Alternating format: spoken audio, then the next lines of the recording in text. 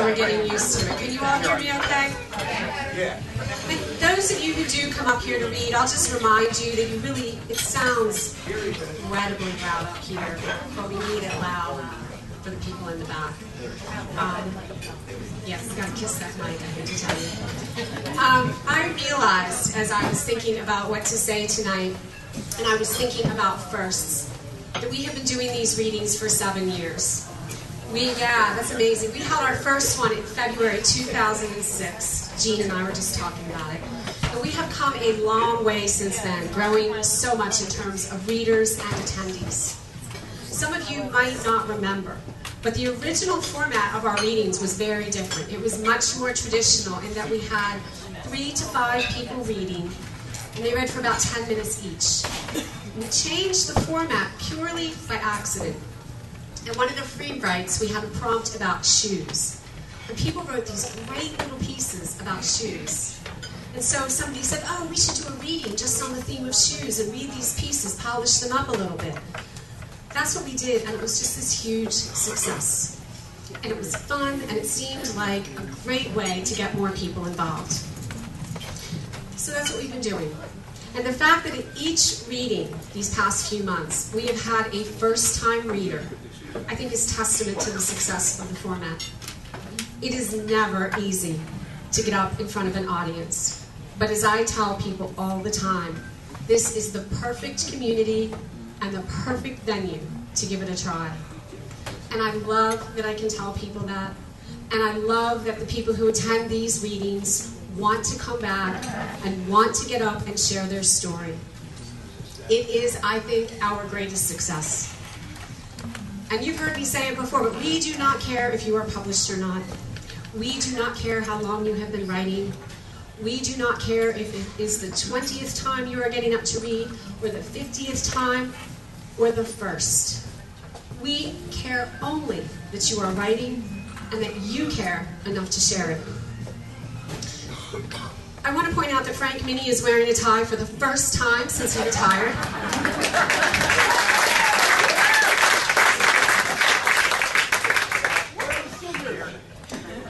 The one thing I can say about tonight is that it is not the first time I've mentioned the orange bucket, and it will not be the last. It is not the first time I will stand up here and plead something you all know that I hate to do. I do it, though, because your donations in the orange bucket make a serious difference to this organization. We've never had a big budget, and we never will, and we don't need one. And the beauty of that is that a little bit goes a long way. The money raised on these nights, when each person puts a $5 donation in the orange bucket, has made enough of a difference in the last year that the Writers Guild is, for the first time in our history, truly a sustainable organization.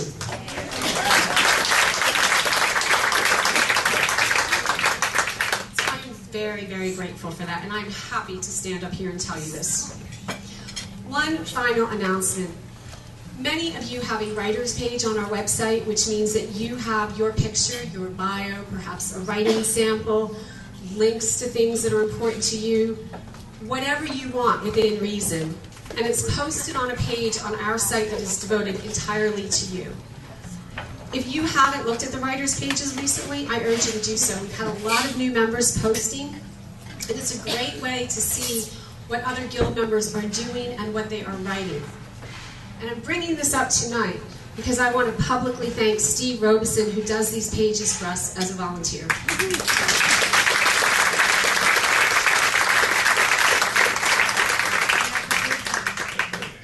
And now, let us begin with the first. Longtime Writers Guild member, Joanne Thompson, who has never before read, will be our first reader of the night.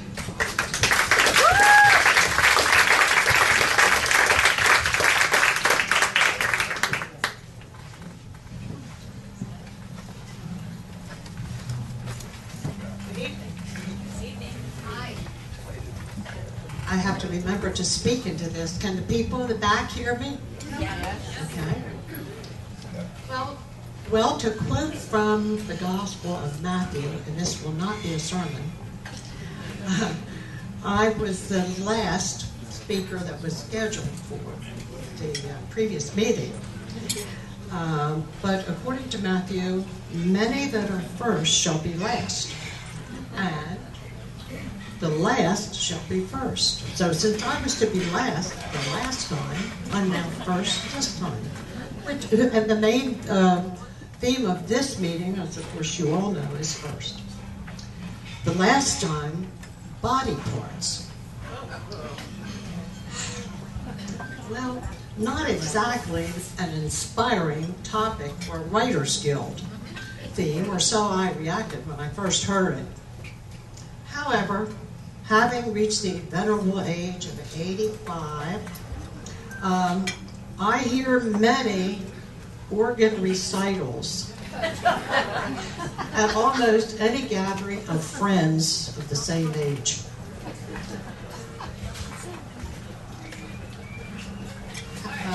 Let's see, I've also had many experiences over the years with loss of, replacement of, corrections to, and miracles performed by these body parts, which I so quickly dismissed as a topic to inspire any great literary effort. It was then that I suddenly experienced a sort of life review, I think they call them today, based on some memorable body parts experiences of my own. Beginning at age 4, and I promise I'm not going to go through to 85 to get my year.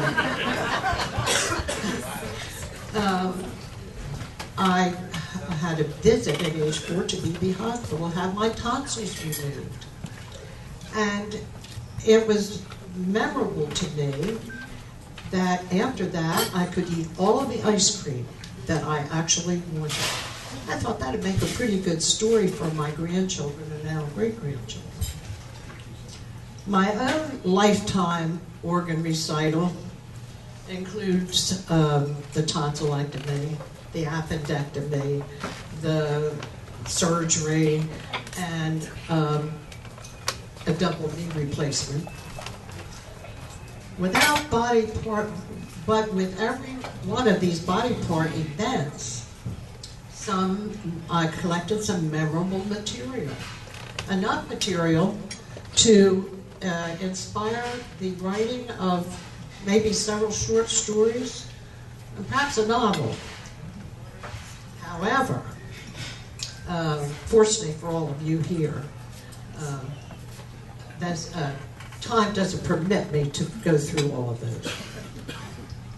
Before closing, I would like, however, to pay a belated Valentine tribute to the most remarkable body part of all, the heart. It's the miraculous engine that fuels all the rest of these remarkable parts that we have. In addition, as writers, can you imagine removing the word heart from all of our great literature? Past and future.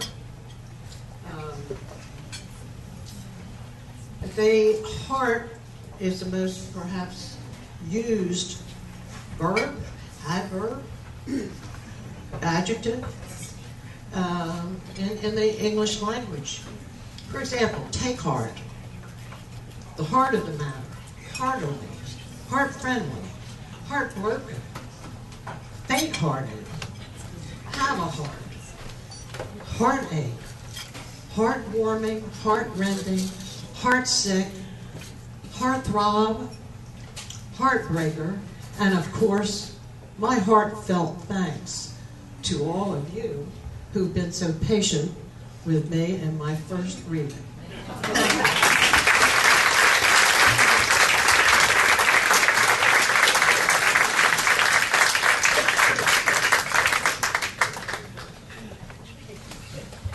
Marjorie Weber.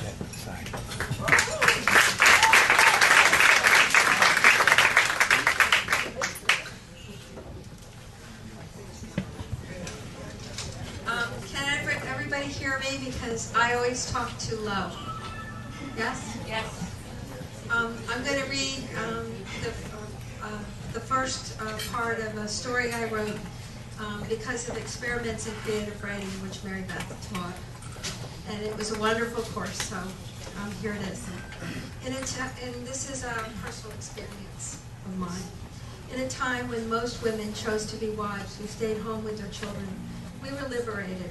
The first wave of women hired into corporations for jobs other than secretary, nurse, telephone operator, librarian, or teacher. We were hired on temporary contracts to fill affirmative action quotas by managers who would rather have hired men if they could have. Managers who called us ladies, who expected us to fail and didn't hesitate to tell us. We wore our hair cropped short in neat layers or blunt cuts, and our makeup light, not too much lipstick, never red. A touch of mascara and eyeliner, never eyeshadow. We spend our first paychecks on the uniform. Classic suits with padded shoulders and clean straight lines. Suits by Evan Tacone and Jones, New York. Black, navy, camel, gray, and in summers, bone and pastel linens. Our attempt to blend in, to look more like the men we work for. We added pale blouses and gold chains at our neck, and pearl or gold hoop earrings, and underneath we wore lace camisoles and satin panties to remind us we were women. It didn't matter how foreign the work seemed with its unpronounceable technical terms and algorithms, SAP, ISO, TDMA, CDMA, SOP. It didn't matter how little we knew before we were hired. We learned it quickly, or we disappeared. In hermetically sealed offices, in 6x10 squares of fluorescent lit space, in the hush of white noise, we bent our heads over our papers until they told us we could break or go home. We forgot the feel of the summer sun on our faces, the leisure of lingering over a morning cup of coffee, or the touch of a baby's cheek against our own.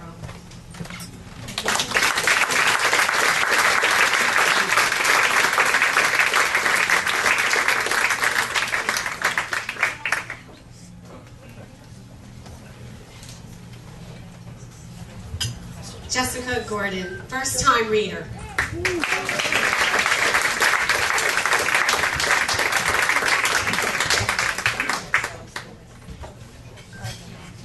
Hi, everybody. Everyone hear me okay? No?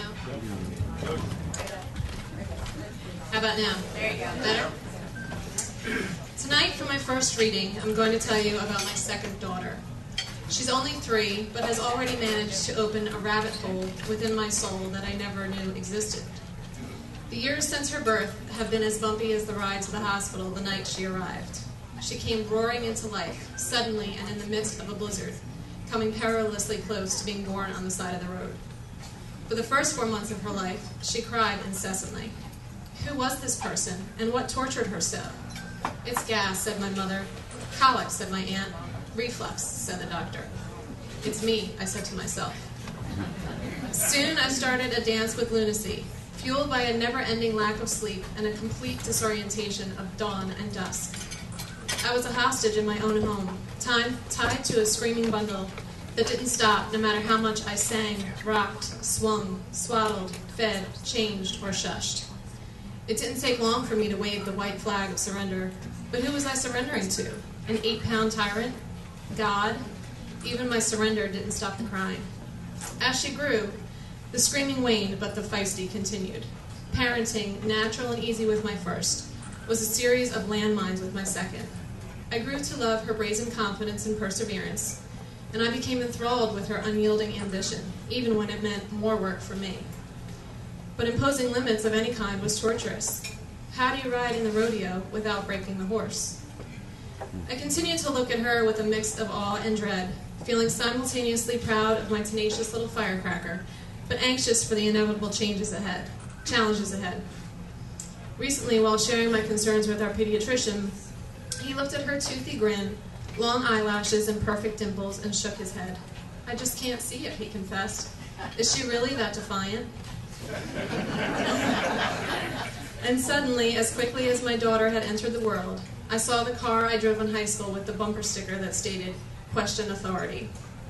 In that moment, I realized that my daughter and I have a lot more in common than I thought.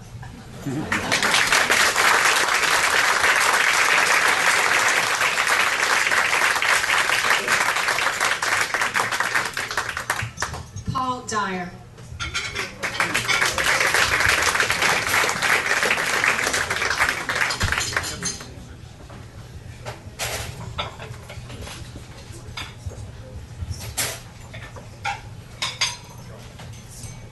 How's that?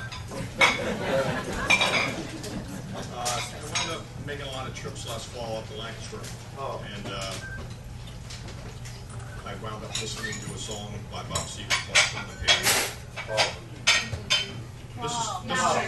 This is for my mother. It's called "Turn the Page." I don't think my mother ever threatened my father and told him she would live by a library or else, but we did, close enough in fact that it was like another room in our home. And I'm not certain that if at gunpoint she'd ever been forced to choose between her children and her books, that I would be standing here today. The phone call from my dad came late last September. "It's your mother," he said. 6 to 9 months.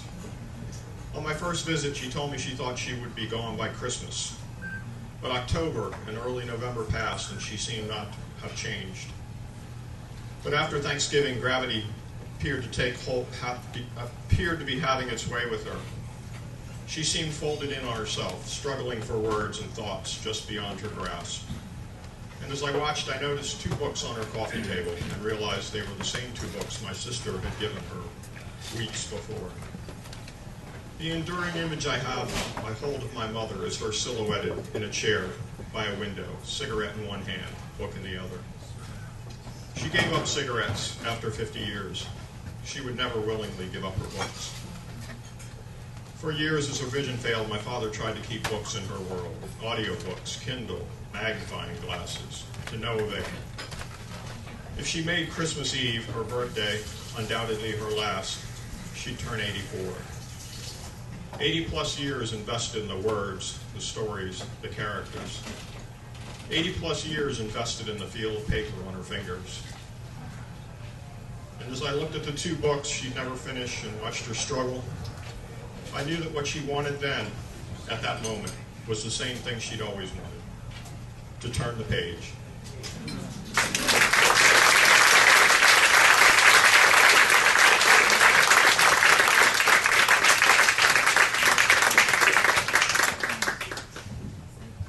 Kelsey Dugan.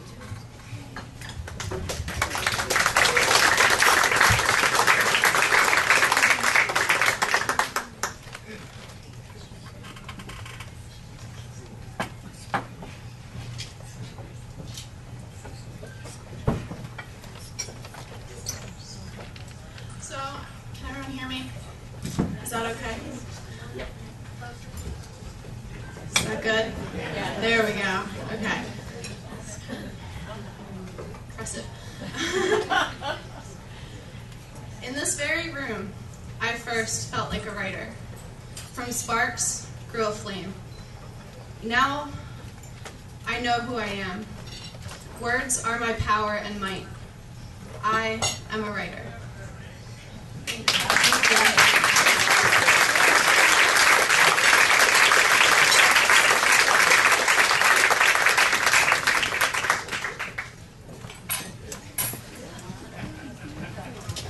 And now for some music from the Sargents, Victor Letnoff and Scotty Volley.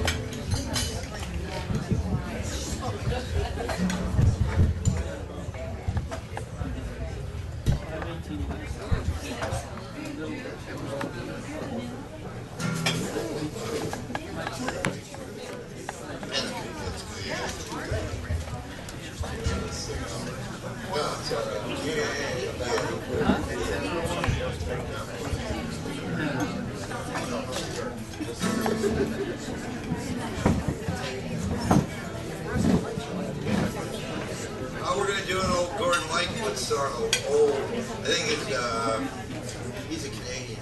This is an old folk song, but I heard Gordon Lightfoot like 5 minutes. I like to get it right, but I don't think it's Gordon Lightfoot, which it might be. It doesn't matter.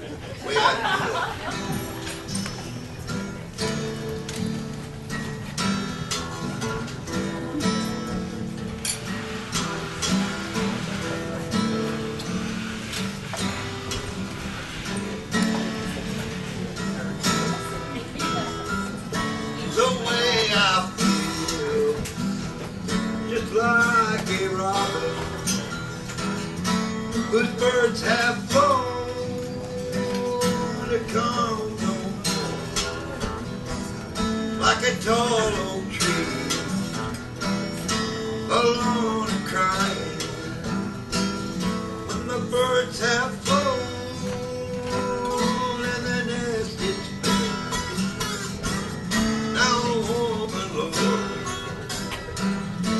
like a young bird, and the tall oak tree like a young man's heart. In the summer nights, you find him nested. In the summer nights, well, it's warm and dry.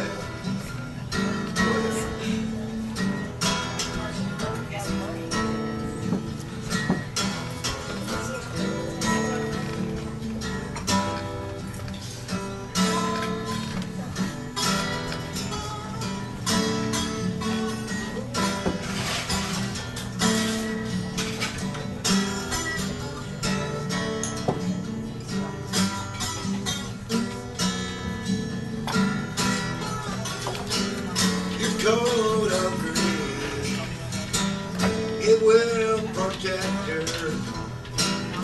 Your love will grow, and your nest will too.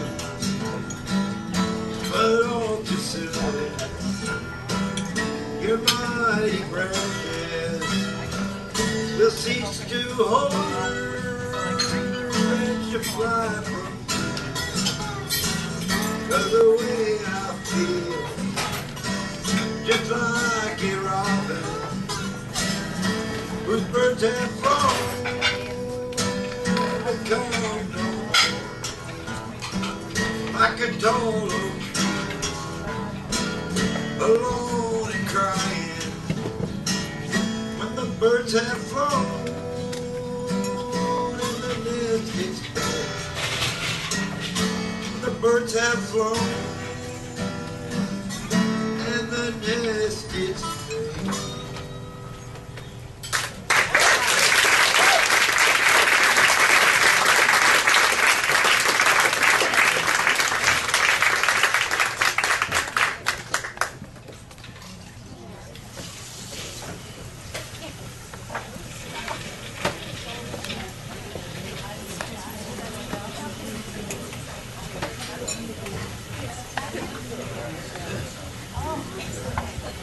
Ellicott.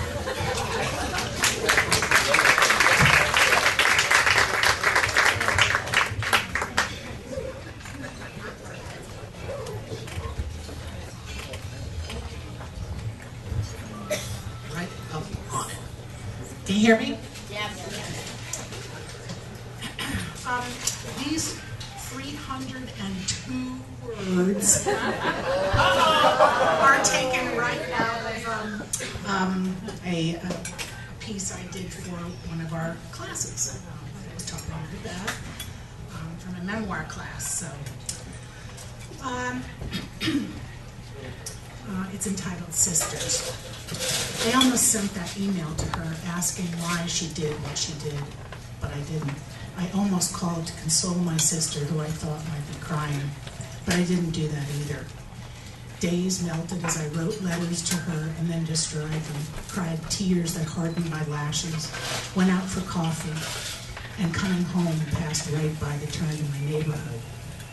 2 weeks ago, I'd hung up on her, something I'd never done before. I remember sitting very still, my eyes darting back and forth from my office window to the phone I just slammed shut, the sound of its crack echoing in my ear. Then I realized I was barely breathing. It had been a Friday, the very end of June, the very day after closing the deal that had started the fight. There was a certain flatness to the sky, one of those glary, overcast type days. All I could hear was the sparrow who'd built her nest in the twigs of the wreath on my front door. I could tell she was feeding her babies, who chirped frantically, begging for more. Strange, I focused on the sound of baby birds while my heart was knocking against my chest. I looked out my office window through the sea glass artwork on the windowsill and into the yellow green of the cypress that enveloped my window. My hands gripped the rough twill fabric of my office chair. Forget it, go back to work, I kept telling myself. But I knew this once epic sisterhood had shifted. All I wanted to do was cry. How is it my best friend, my sister, and I have come to this? How is it that now the way we see each other has created such a void, such a towering wall where love, even admiration, won't stoop? Hey, everybody back.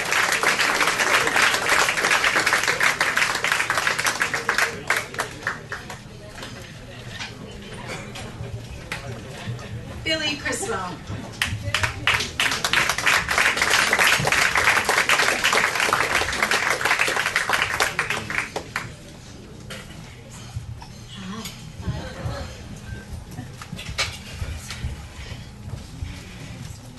I was extremely nervous, but I was also determined. I had read about it countless times online. I had asked a couple of friends about their experiences. I had all the technicalities in place, but actually executing it was another story. I was scared. There was so much to think about, so much that could go wrong. The timing was everything, and one little screw-up could ruin the whole experience. I mean, I knew people got it wrong a lot their first time, but I had high hopes. I wanted this to go right so badly. I wanted it to be perfect. Everything I'd ever dreamed about. And some people make it look so easy. They seem to be naturals at it. I wanted to be able to say, I nailed it my first time. But certainly I feared being a disappointment. My hands were sweating, but I gathered my courage and I steeled my resolve. I wondered what would happen. Would it all fall apart? How would it taste? I was attempting to poach my first egg.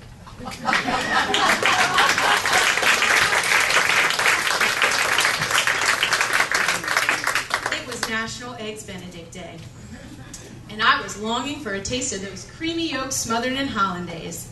I added the vinegar to the water and let it come to a boil. I cracked the egg into a bowl and I slowly dropped it in the water. Ready with the spoon in my hand, I gingerly pushed the whites over the yolk, and like a small miracle coming to realization, there it was. A perfectly poached egg floating in a sea of vinegar water. Using my slotted spoon, I removed it, placed it atop my English muffin, and doused it in a heavenly hollandaise. I had triumphed in my first time poaching an egg. Yeah.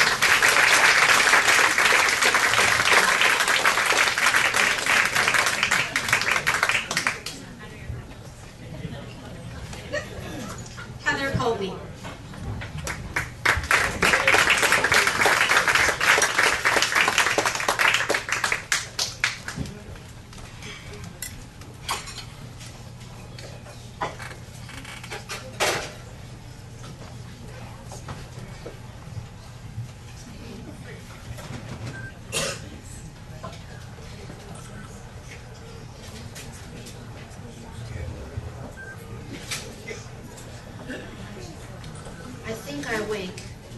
Tangled in sweat-stained sheets. The nightmares lingered behind my open eyes. Standing naked in the darkness, cold rain drenched, drowns me in delusions, thoughts of first love, the kind of love that shatters within. I scream in silence, curling up in my own emptiness. I feel my heart turn from flat, lifeless black to seductive crimson. Fear struggles against the word, love. Spiraling inward, The emotion is pure, but lacks innocence. Sexual desire rains through me, drips down my breasts, reflecting moonlight. I tremble at the thought of you.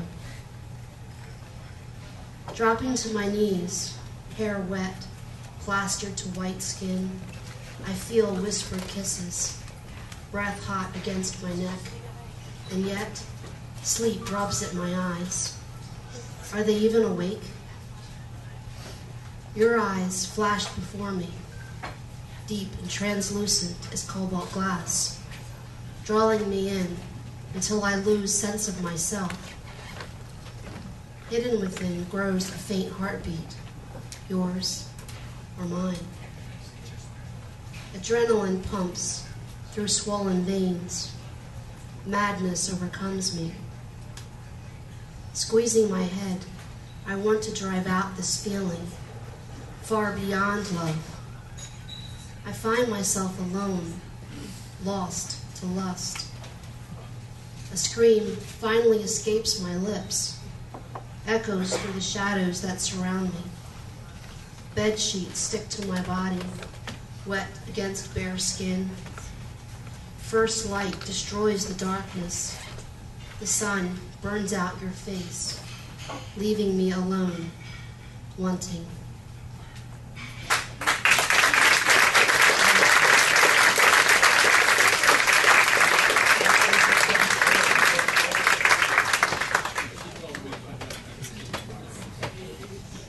And now for another song by Kent Shope.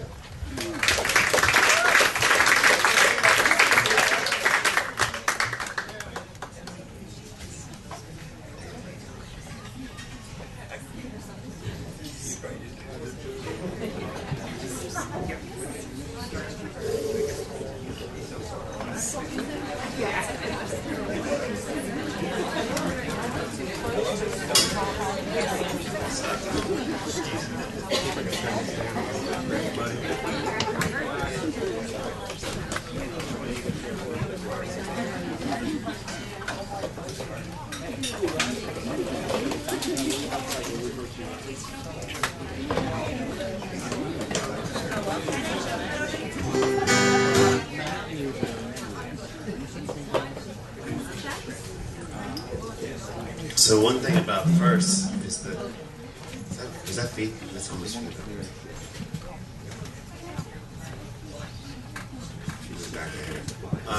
The first song is always the hardest whenever you play anywhere. And the thing with here is you only get one. Like after like the second or third one, then you're kind of like, oh, okay. And the first one. And this song, the way it relates to first is this is one of the first songs I wrote. I started writing songs about 10 years ago, and I think this one was probably 9 years ago. And there was a girl that lived in my neighborhood named Robin. And this song was originally called Robin. But then I was recording it, and I thought, well, what if it becomes a hit? And then I can't have a song named after this girl, so I changed it. So now it didn't become a hit. I actually didn't finish recording it. But it's you can relate. So now anyway, it's called A Girl, and it's an entirely true story, with the exception of it mentions going out to dinner. It was actually lunch, but I needed 2 syllables. Outside of that, and since her name was Robin, there's a part in it about the nest, you know. So that's it. Does that sound like a good mix?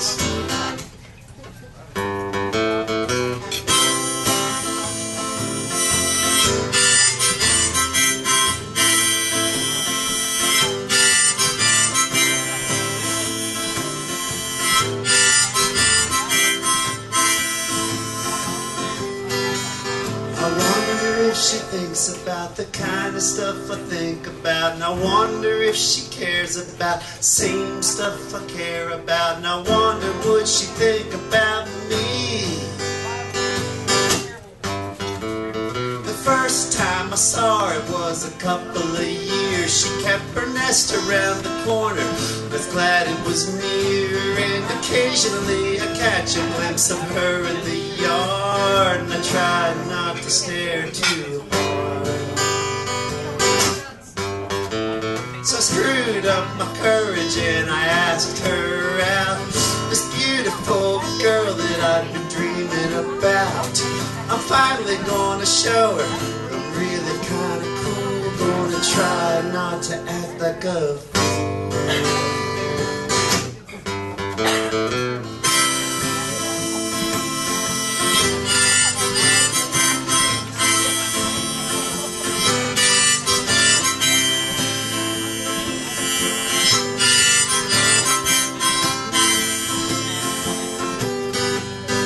Took her out to dinner, was a beautiful time. Our conversation and a hug, and I knew she was mine. And I could tell that she liked me, and I acted quite cool. I guess I didn't act like a fool. So I called her up again so I could ask her back out, and her voicemail promised me without a doubt she called me right back. But when she got in, I never heard from her again.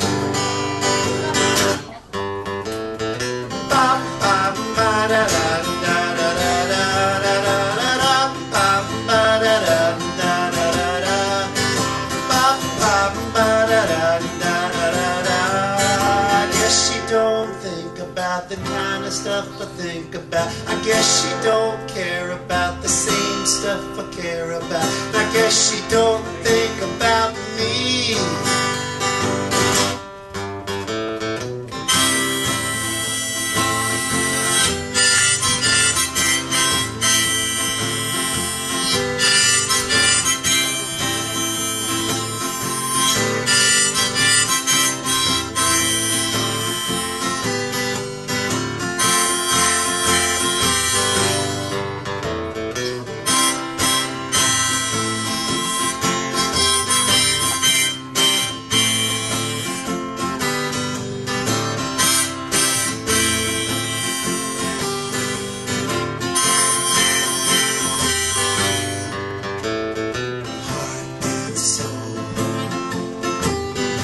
It's my heart and soul. Heart and soul.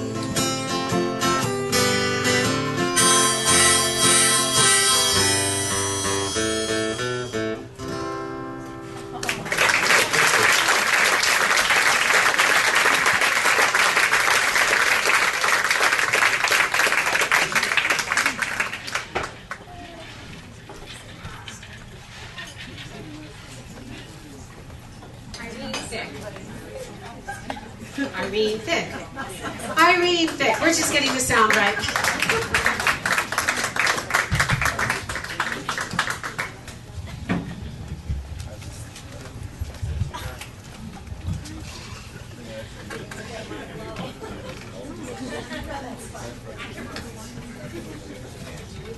I don't think so. Yeah. Can you hear me? Okay, good. All right.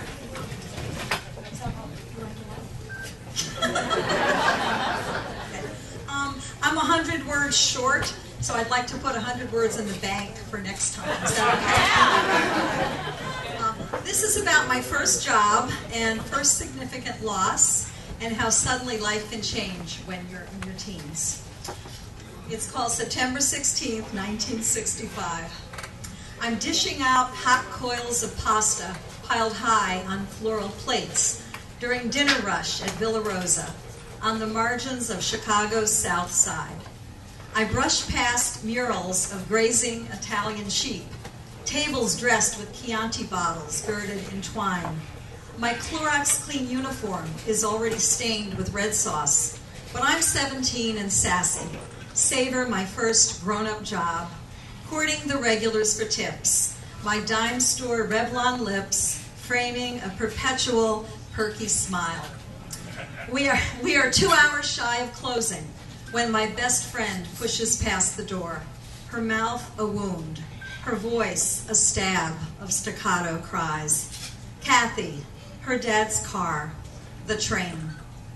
Everything changed that night when Kathy gunned her engine on the Illinois Central tracks, tried to reach the other side. It was the first in a random pileup of casualties, before the friendly fire of Da Nang, before the breakdowns, the empty bottles, the self-inflicted bullets, the messes that would rip us apart, plague our soft, safe little lives. Thank you.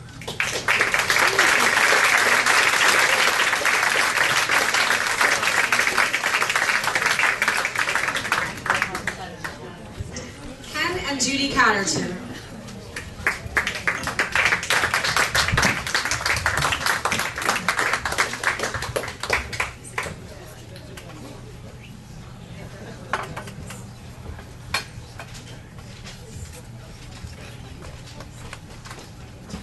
Like that.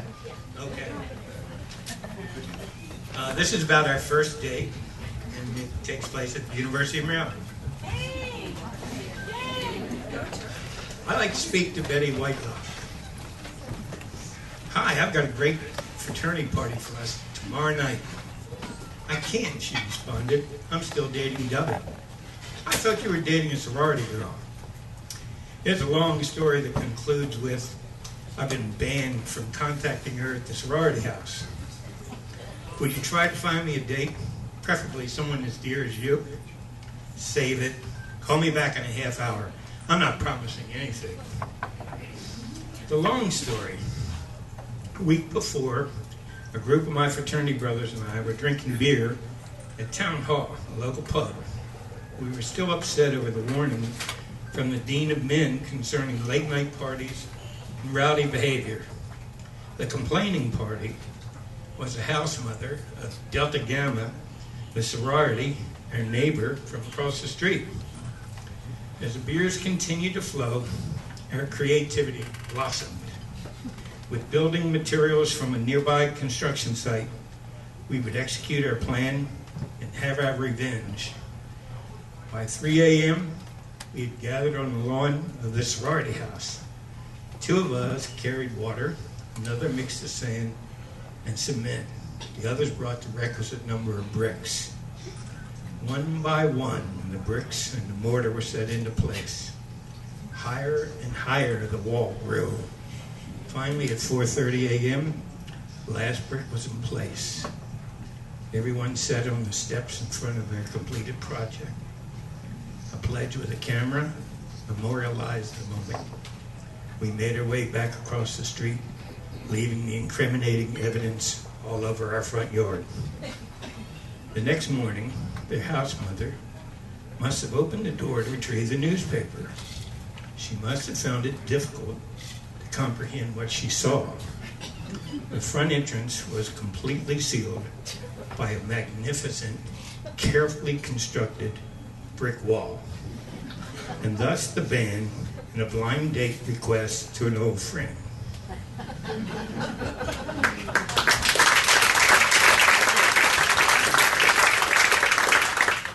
My roommate, Betty, was standing in front of the chest of drawers in our small dorm room, looking in the mirror as she rolled soft, spongy, pink curlers into her long platinum blonde hair. By morning, her hair would flip up, 60s style. I was stretched out on my bed reading when, Betty Whitelock, you have a telephone call. Someone yelled from down the hall, the location of the only phone on the entire 6th floor. Betty returned after a few minutes. Who was that? I asked. A guy I know from Annapolis. What did he want? He wanted to know if I could fix him up with a date for tomorrow night. What did you tell him? I told him I don't know anyone. What about me? I don't have a date. Oh no. You two would hate each other. Somehow, the next night found us on a double date. Ken and me, and Betty and her boyfriend, Dubby. Things did not go well. The boys showed up an hour late after spending time at Town Hall. We went to a party where Ken spent most of the time drinking with his fraternity brothers. Betty fumed at Dubby for being late, and I sat in a corner nursing a beer. Our next date wasn't much better. We went to Marilyn's homecoming. First there was a fraternity party, then the football game, dinner back at the fraternity house, and finally a show by Sammy Davis Jr. at the field house. All in all, far too long a day for two people who hardly knew one another, particularly when one of them was wearing a garter belt that by day's end had the metal clips embedded into her thighs. Guess you know which one that was. Things must have improved because this September we will be married for 47 years.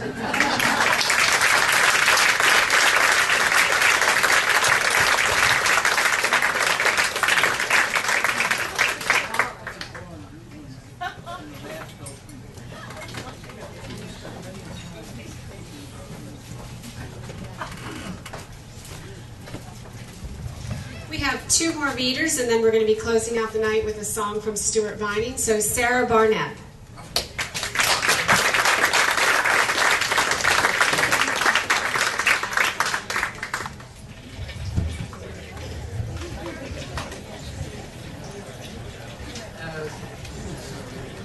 This is called My First Free Write. I showed up at Browseabout one Saturday in November with no idea what to expect. The leader tossed out a prompt. He opened the wedding gifts by himself. I thought I might have to look at my watch and explain, oh my gosh, I forgot my colonoscopy appointment. But, seemingly out of nowhere, a short piece emerged. A disappointed groom, a waffle iron, blueberry pancakes. Often, when I describe a free write to someone, the response is, I could never do that. That's what I thought, until I learned that free writing is like throwing yourself a surprise party. Your fingers know what your brain doesn't. A forgotten memory or an eye-opening discovery jumps out from where it's been lurking in the basement of your mind. Renaming my parents, Helen and Fred, freed me up to reinvent their loudest and silliest arguments. A younger couple, Amy and Wally, showed up and squabbled through 3 years' worth of free writes. When Amy threw a pie in Wally's face, I realized the relationship wasn't going anywhere. If you've never tried a free write, I'm inviting you now. No one will correct your spelling or grammar. Fragments are welcome. The quirkier, the better. You don't have to read your work, but you may surprise yourself by finding you want to. You never know what you'll be asked to write about. Inspiration sometimes comes in the form of object instead of words. A toy Ferris wheel, white candy mints, and on one memorable Wednesday night, a pair of blue and white striped panties. Need a challenge? Try incorporating former party girl and Betty Crocker into a piece starting with, I am the mad woman in the attic. The other day we tried asking, does anything really depend on a red wheelbarrow? Answers varied. Use your imagination or come to a free write soon.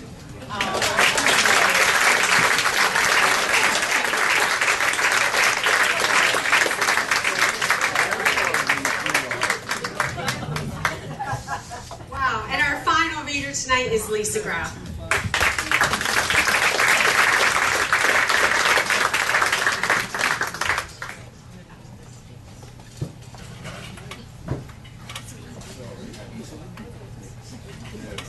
I loved it, Sarah.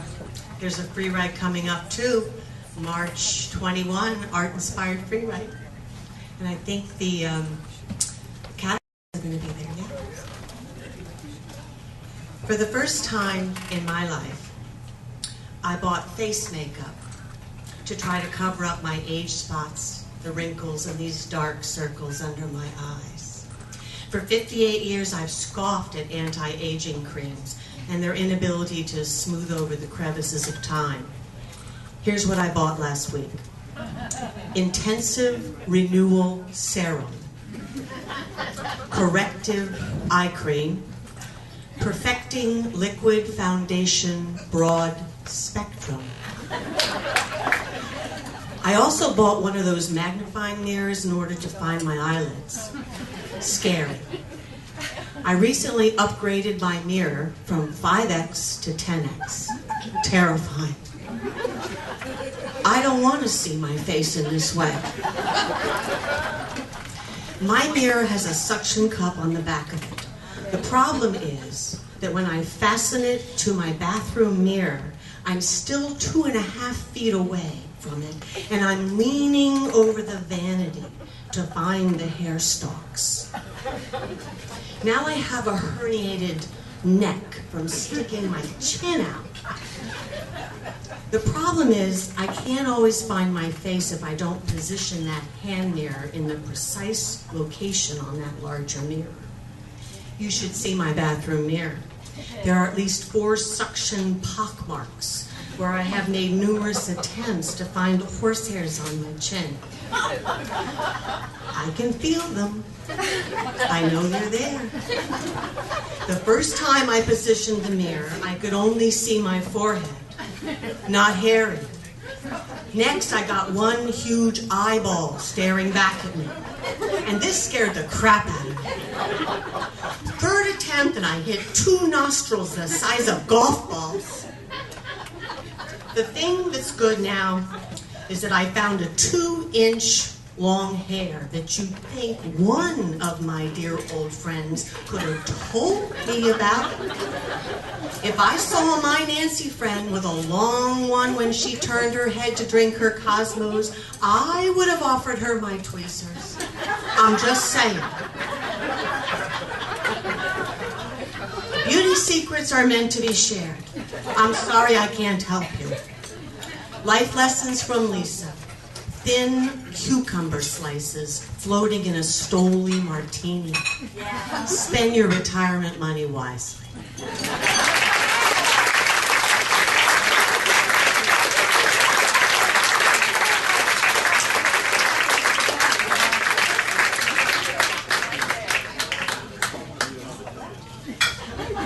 And we are going to end the night with a song from Stuart Vining.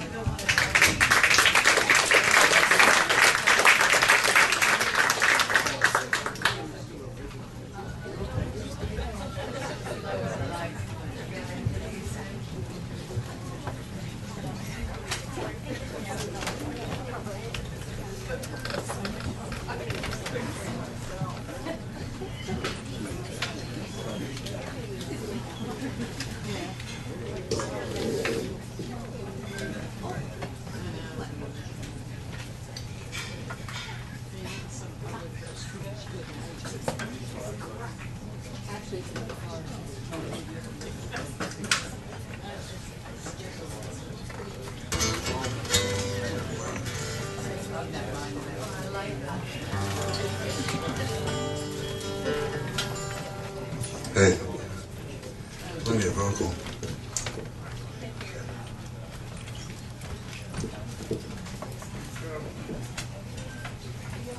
What to play that has to do with firsts? I thought about maybe the first song I ever wrote, but I couldn't quite get that one back together again. I keep changing keys on it because I wrote it so many years ago that I can't sing it in the same key anymore. It just doesn't work. I'm getting older now. I'm getting so old that I don't even buy green bananas.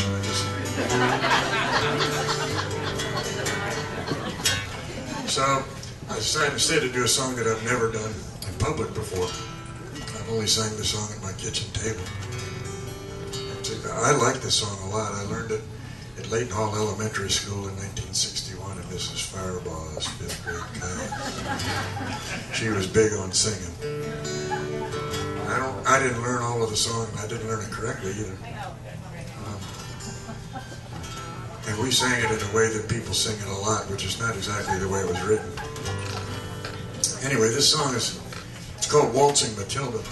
And it's a great song because it has a wondrous story about it. So I'm going to use up some of those leftover words that people didn't use tonight. Fill you in on the song. A lot of people, it's an Australian song, so they got some Australian things in there that they say. And I'll just fill you in. Like the Waltzing Matilda, it's not really waltzing. It's actually, there were immigrants into Australia in the late 1800s.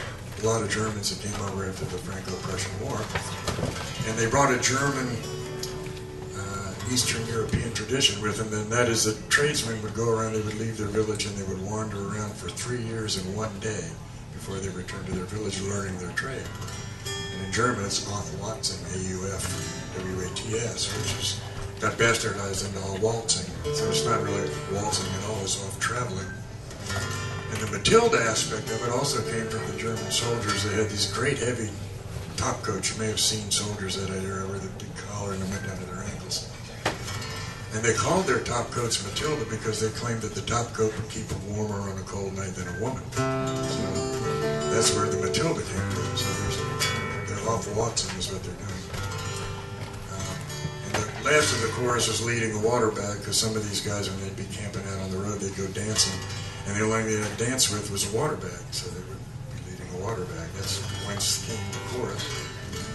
But the song is actually about a sad thing. There was in Australia in the late 1800s, they were having big strikes about the price of hiring guys to shear sheep. And they had big strikes and it was very violent. Some of the sheep shearing guys burned down the sheep shearing sheds. So this is a story about a guy that was, it was a true story, a guy was caught out in the wilds. And the first verse is about a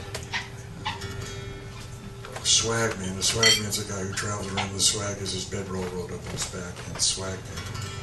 He was camped by a billabong, and a billabong is a little pool of water where a creek makes a turn, and it usually makes a little kind of an area, sort of like a little pond of still water. That's called a billabong. And under the shade of a coolabah tree, and a coolabah tree is much like a eucalyptus tree. So the swag, he's singing and laughing while he's waiting for his billy to boil. A billy is a little pot about the size of a number 10 can, in which said swagman did everything, cooked all his food and boiled the water for his tea. So he's waiting for the billy to boil. Maribeth's giving me eyes like she's enjoying the bejesus out of this story, but it's way over 300 words. And another verse comes in where there's a guy who's called a jumbuck, which is a wild sheep.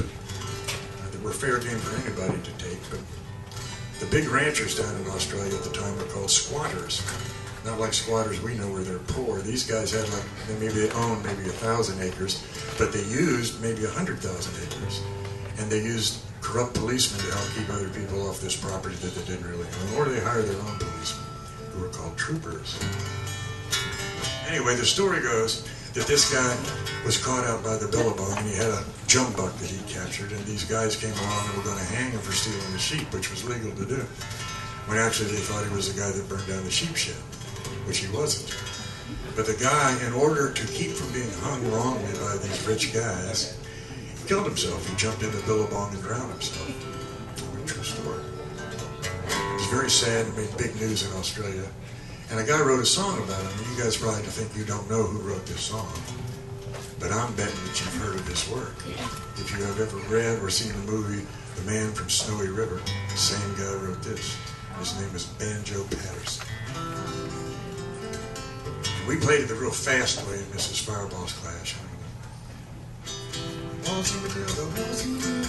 That kind of thing, very cheery and peppy. It's not really a cheery, peppy song.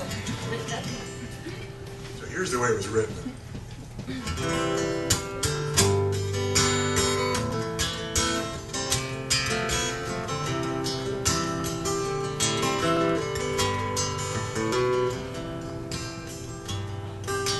Once there was a swagman camped by the billabong under the shade of a coolabah tree, and he sang as he watched, and he waited while his billy boy would come a-waltzing Matilda with me. Down came a jumbuck to drink at the Billabong.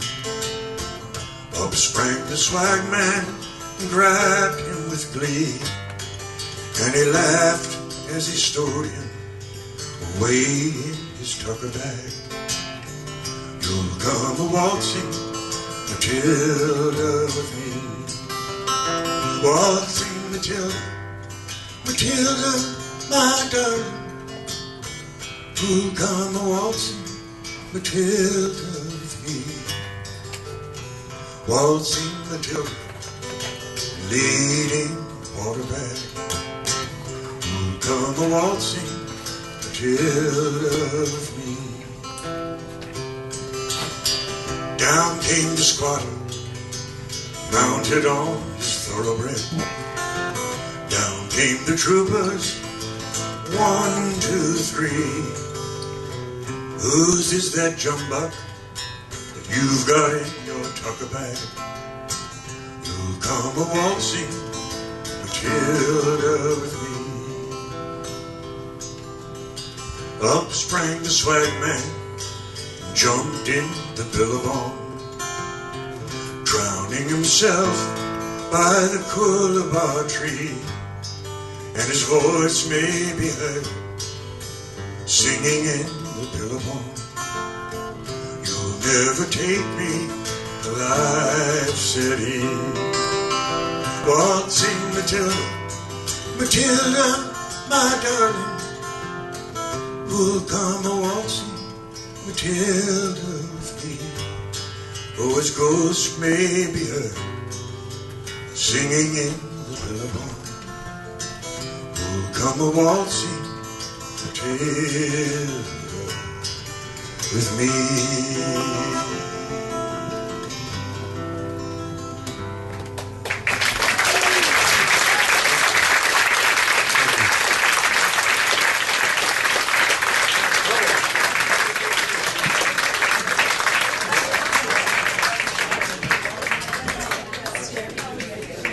To our first-time readers, Joanne and Jessica, thank you. To our first-time attendees, there's a few of you tonight, please come back. We will be here on April 16th. The theme is beds. To all of you, thank you, and there is that orange bucket somewhere. Have a great night. Thanks.